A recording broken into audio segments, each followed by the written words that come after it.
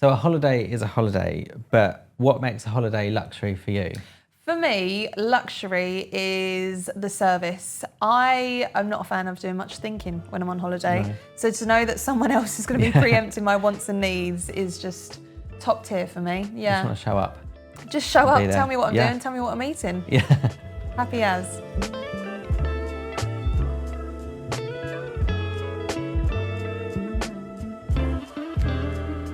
So that leads us nicely into this week's podcast, where we're back at the Londoner, an amazing hotel. All the rooms are uniquely decorated. So like in this one, for example, we're in the 7th floor on the Horatio Suite. And behind me, I'm not sure if the listeners can see it, but there's like a mural of the Battle of Trafalgar, and we're overlooking Trafalgar Square. Yeah. Like it's really cleverly connected. That's it. And really lovely touch as well. There's a drinks trolley that looks kind of quite like vintage. There's kind of some political art around the rooms as well. So really, really interesting as you walk around the different parts of the property. Yeah, it's really, really nice. And that also connects with this week's podcast as well, with the beige-ification of luxury, where we're really talking about how not all 5-star luxury hotels are created equally. That's right. And also it depends on the customer visiting, because to some customers, luxury is marble floors, cashmere and candlelight. It might be a really characterful Sicilian villa exploding in bougainvillea in the sunshine. So we're going to be getting into those differences, from speedboat transfers to personalised menus, what sets top tier apart, and also how some 5 stars can still miss the mark. Absolutely, yeah. So I think perhaps the destination that's most associated with luxury travel is the Maldives. Yeah. And you have been many a time, Matt. I have, yeah. And I'm sure you've had different experiences. How many islands would you say you visited and stayed So I've on? been to about 14 different islands, Yeah. and they do like ranging. I've been to some 4 stars there, but mostly 5-star, and they do range like hugely with what they offer. So one particular 5-star really is my personal favourite, just because it's sort of more of a home from home. Yeah, you go quite often, don't you? Yeah, we try and go there like once a year. My partner flies for a living, so he likes to just do nothing on holiday and just relax and lay down for the whole period. So the Maldives ticks every box in that way. But this one particular island, we go back to it. I'm not a huge fan of normally going back to the same place more than twice. But here we have, and it's because we go there and we're sort of welcomed back every time. They remember our names. That's so nice. The food is outstanding. It's not that far from Male, so the transfer time is really easy. And to me, that's important, because I just want to get there rather than having to fly. It's already on. quite a long way, isn't Yeah, it? exactly. But the rooms are really nice. They try and put us in sort of the same room or a similar side, because we have a preference on the side of the island. Oh, they even remember that. They even remember that. That's so lovely. Yeah. So it's really good for the personalisation of that. It's all a la carte dining, which again is really important to me. And there's choice as well, because it's a relatively small island, but there's still 4 or 5, I can't remember off the top of my head how many restaurants there are, but there's still lots of choice for a 7 to 10 night period. That's it. And the lobster roll there is absolutely delicious. It sounds absolutely lovely. Have you ever been tempted to try other islands, do you think? I did actually. I did last year. I went to their sister island. So I was expecting something very similar. It was a seaplane transfer away, which is fine. It was like a 45-minute seaplane. But to me, it felt, a little bit more clunky. Yeah. That's just personal preference. People like a seaplane. For me, it already, set the tone. I was like, oh no, I'd rather just go back there because, but it is preference. But when we got there, it just didn't have that. Immediately, I knew something was different, because it just didn't have that personalisation. Oh, really? Yeah. So we got there, and the check-in process, it was all sort of crammed into one room. And there was, I think, 4 or 5 other couples checking in at the same time, different nationalities, but we was all sort of checking in together and listening to one sort of like person. briefing or... And it felt a bit more like a classroom, because they brought up a map of the island and sort of showing us a map. And this is 5-star? This is 5-star, Okay. and on arrival. So I was sitting there thinking, I've just travelled sort of 14, 15 hours. Yeah. And you're giving me a lesson on the island. I will not remember any of this. This is true. When you get so much information when you very first arrive, it can be quite overwhelming. Yeah. So straight away, I sort of, oh no, this, I don't like that. It's not boding well. Exactly. But there was no real personalisation on the island. It was still an amazing island, and the snorkeling was brilliant. The food was good. It just wasn't so much choice. Yeah. And we was there for 10 nights, so we ran out of options pretty quickly, so we was having to sort of double up a few times. But it was still a really nice hotel. It's got its place, definitely, as a 5-star. It's just, that goes down to personal preference, doesn't it? And with that, you said that it was their sister island and still 5-star, you know, the same standard as what you'd been going to previously. Was it a different size? Was it bigger or smaller? Or it was bigger, actually. Was yeah, it? And you felt that? Yeah, it was about double the size, actually. Okay, and there was like a not a bus, but like a golf car buggy that went round the island constantly. And I don't mind. I'll walk. Yeah. Like, I'd rather walk than get the buggy. Get but your steps up. to me, it just lost that sort of exclusive feel that the Maldives has on the smaller islands. But again, it was a beautiful island. Yeah. It's just that. But it's those little touches, and especially if you've been so many times and you know what to, you know, because service changes around the world. You very often hear about service in the Caribbean, Indian Ocean, Far East. Yeah, so they differ, if you're comparing almost like for like, you know, 2 5-star islands in the Maldives, and you're noticing those changes. We get that question asked a lot, actually. Like, if someone goes to the Maldives, like, shall I try another island? Because will it be different? But actual fact, you know, that an island is a hotel, isn't it, essentially? So you're only changing hotel. Whereas in the Caribbean, Antigua will differ from St. Lucia. Yeah. Because of like culturally different languages, history. That's it, Whereas the Maldives doesn't have that on islands, but it has different hotels. So you had that experience on the slightly larger island, and you weren't so swayed by it. Have you tried anywhere else, or do you think you're going to stick to I did it again. I thought, let's give it another go. One more. But this island, from the moment I looked at it, I knew about it before anyway. When I got the chance to actually go myself, I was like, wow, like, yes, I need to give this a go. Yeah. And from the minute that it was sort of being organised, I went to sort of my home from home island first for 7 nights. And I got them to match up the transfers, and they'd called in and sort of made sure that our speedboat met up with their speedboat, because you have to go back to Mali each time you transfer in the Maldives. So that was really useful. So we had like 5-10 minutes there, like on the pontoon waiting. So smooth. So really, really smooth. Yeah. And from the time that the boat arrived, you just knew that it had that sort of step up, nice. you know, versus.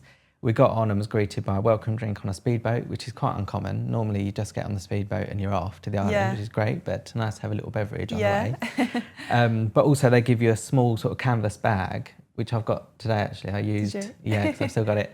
And it's got a no news, no shoes like sign on it. So you can put your shoes in on the transfer, and that sort of set the tone for the island. Oh, and you didn't wear them again? I did not wear shoes the whole time. And that is so nice. again, that is another luxury of mine, like to not wear shoes, to be really sort of chilled and relaxed. It really set the scene. That's lovely. So what was your arrival like when the sort of speedboat pulled up? So it's only a 15-minute speedboat away from Mali, which was really nice because there's no sort of waiting around. That's the other benefit of a speedboat. You don't wait for a transfer. Yeah. So we got there, and this is quite common in the Maldives, but for here, the general manager met us. And at this island in particular, every residence has their own Friday, which is their version of a butler. Okay. So we had a Mrs. Friday. Nice. Raya was her name, and she was absolutely brilliant. And they immediately greet you, and it's like a warm greeting, though. It's not sort of forced or ingenuine greeting. It was really, really nice. But immediately you're taken, our residence actually was only accessible by water, by boat, only like 30-second boat. Yeah. But immediately we're taken onto, they had like smaller, like pontoony type boats, and taken onto our Crusoe residence. And that's where she'd done the in-villa check-in. Nice. So it's really personal, one-on-one, so you can ask any questions you want to ask. Also, for me, it was the first time of having a butler in the Maldives, or a Friday. So it was nice for her to sort of explain what she's there for, you know, and what she would do and what her job is, basically. So that was nice. But also to have the in-villa check-in, because they're so large, the rooms, she gave you a really like detailed orientation of the room, so you got to use all the facilities in the room. Well, it already sounds like your check-in was better than the en masse one that you had the year before. So you mentioned about the villa. Tell us more. You said it was large, and you've alluded to only being able to get there by boats. Yeah. So there's 35 Villa Island, I think, off the top of my head, and I think 6 or 7 of them are only available by boat. Wow. So we had one of those, the Crusoe residences. But they've got like 3 main blocks to the actual residence itself. So over the far left is the bedroom. It's got ensuite. But the actual room is like glass, surrounded by glass. Wow. So all you can see at any point is like ocean views, That's like amazing. uninterrupted ocean views. Yeah. And then you go next door and you've got the main living area, which is absolutely huge. We barely used it, to be honest, because there's so much space, like you can't use it all. But that was really nice. But that led out nicely to the outdoor decking area, where you had sort of an upper level and a lower level, and then your direct access into the sea, and like hammocks, like the netted hammocks inside. So it's really spacious. So it wasn't like a small Water Villa decking, it was absolutely huge. Yeah. And it was really nice to get up early and watch the sunrise out there, like lay on the hammock things and just like watch it, because it sort of come up that way. You know what, I remember when you went actually and you took a video, you did like a little room took so long, tour. didn't it, to do the video? I think it was like over 2 minutes. It was, yeah. It must have taken so long to send. And I remember at the end you could hear your like breathing, like getting a bit heavier as you were getting out of breath. But I mean, it continued. There was a big bathroom and the bath went out, and that was all glass-sided, so that had amazing views. And it had an upper floor as well. Oh yeah, it did. Like a sun deck and a day bed, which they could turn that into like a proper bed for overnight sleeping, weather dependent. So lovely. So what did you get up to there? Did you leave your villa? Yeah, we did. We did have in-villa dining once. So we had one lazy afternoon. But most of the other times we did go over to the mainland of the island. And you just call your Friday and she'll organise the boat transfer over. But yeah, they do have, it's a small island in terms of guests and villa numbers. But actually the island itself is quite large. Each island gets allocated some bikes, which are on the main island. And you can use the time to have a little wander around and sort of bike around the island to do a little bit of exercise. But also, because we was only there for a short duration, I think we've done 3 nights, we had got a plan through from our Friday, and they'd already rearranged things for us, so we had the time to do it. And that goes down to like restaurant reservations, so they put us into the Japanese, which is hard to get into. Which was really, really nice. It was really traditional Japanese, so it was like a sunken chair. It was really low down, and it was like a tasting menu. So that was really, really stunning.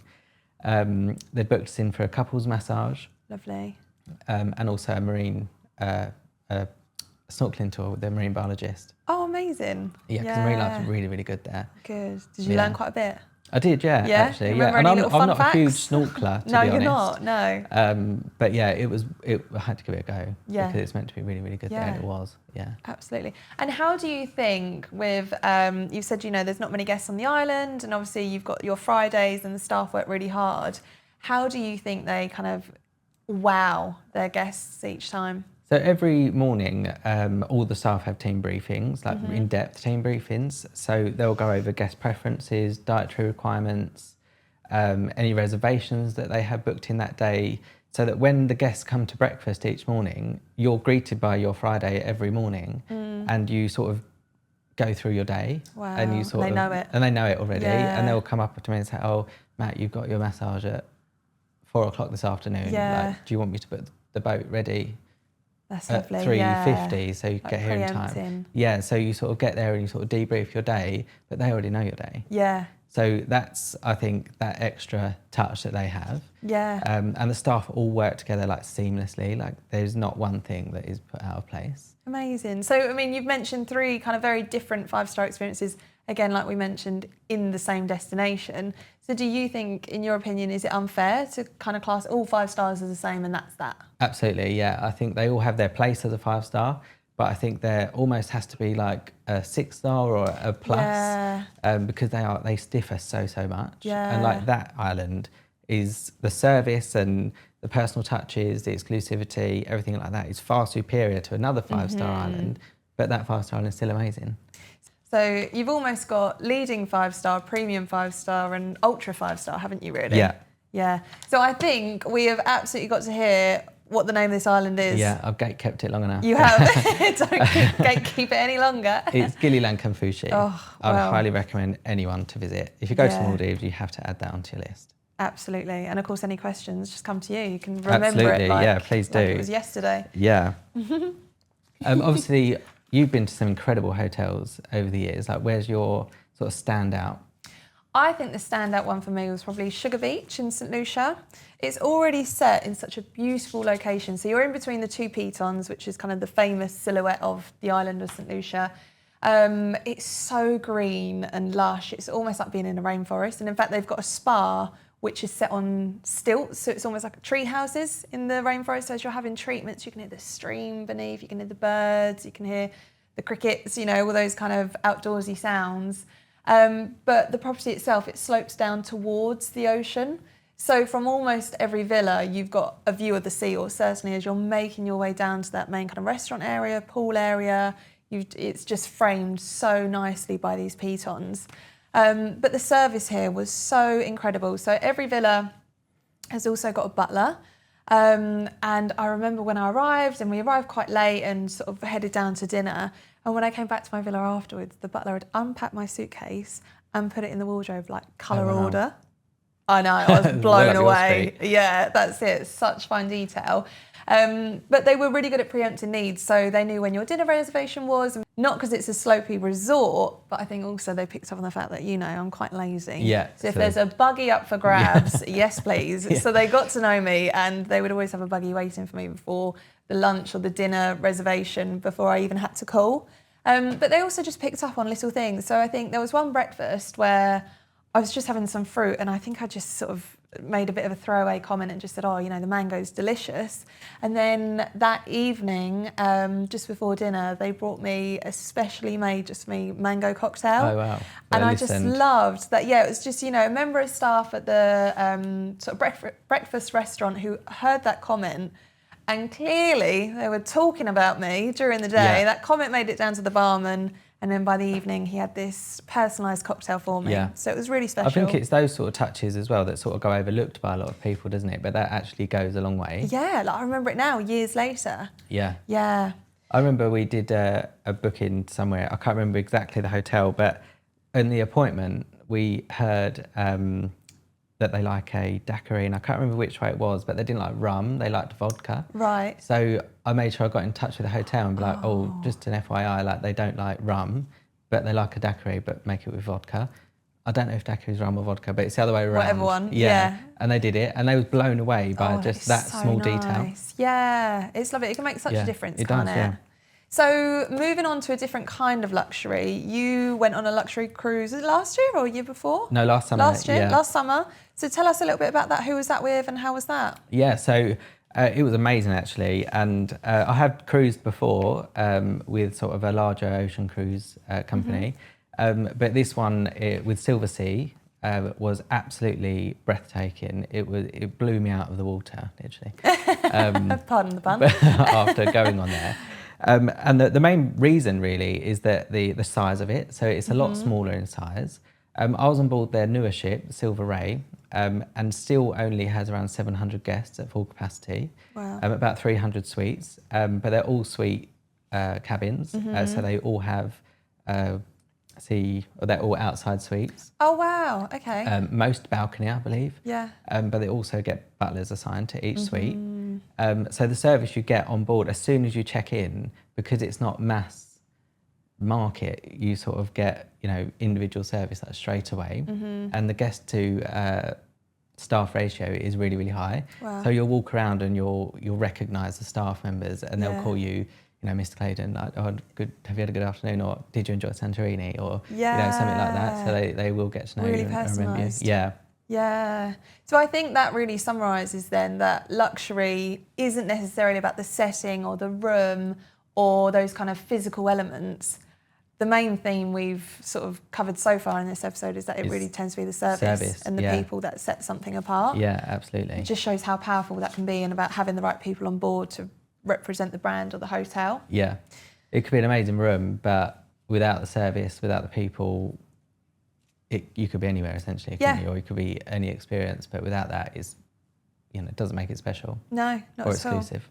So at the start of the episode, you asked me how I define luxury, and we also reached out to some of our listeners, but also some of our customers that we've had, and we asked them, what sets a 5-star.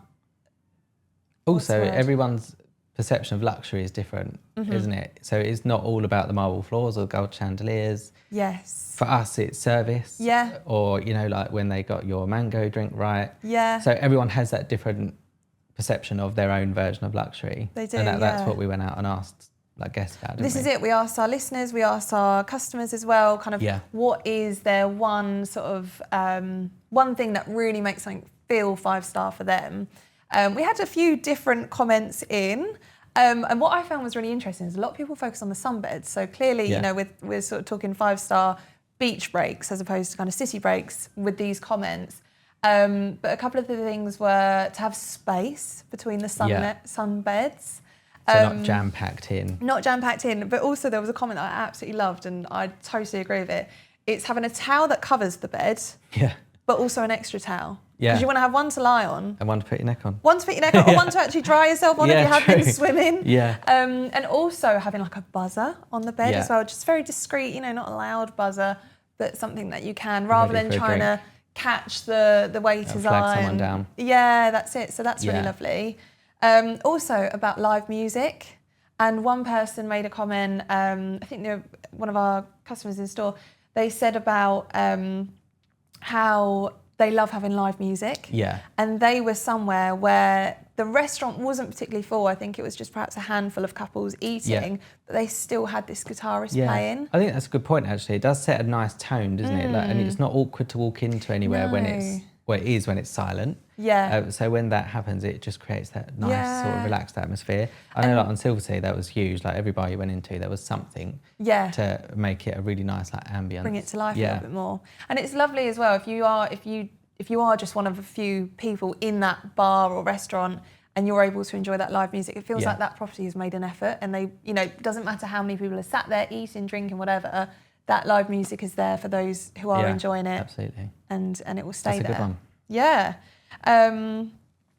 Another one that we had was about the amount of guests. So especially when you're walking through lobbies or pool areas, to just be able to walk through and not feel like you're having to pick your way through a crowd. So perhaps hotels that keep in mind having lesser rooms, or, you know, like you said, a higher staff to staff ratio. Guest to staff ratio. And also space as well. Like I've mentioned in Silversea again, they have a really high guest to space ratio. That's a thing in cruise world.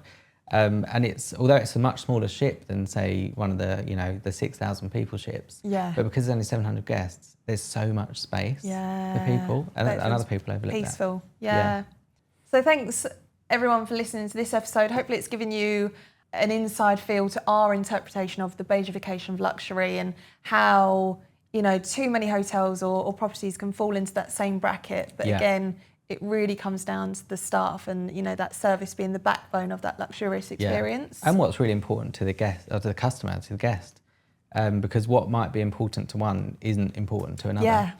So you can't, you know, put everyone in one bracket. Absolutely. So if you've stayed somewhere that blew your mind, or you want to have that experience like one of the ones that we've mentioned today, then absolutely let us know. We can book an appointment and we can go through that together. But thank you very much for listening to our episode. Hope you've enjoyed. Thank you.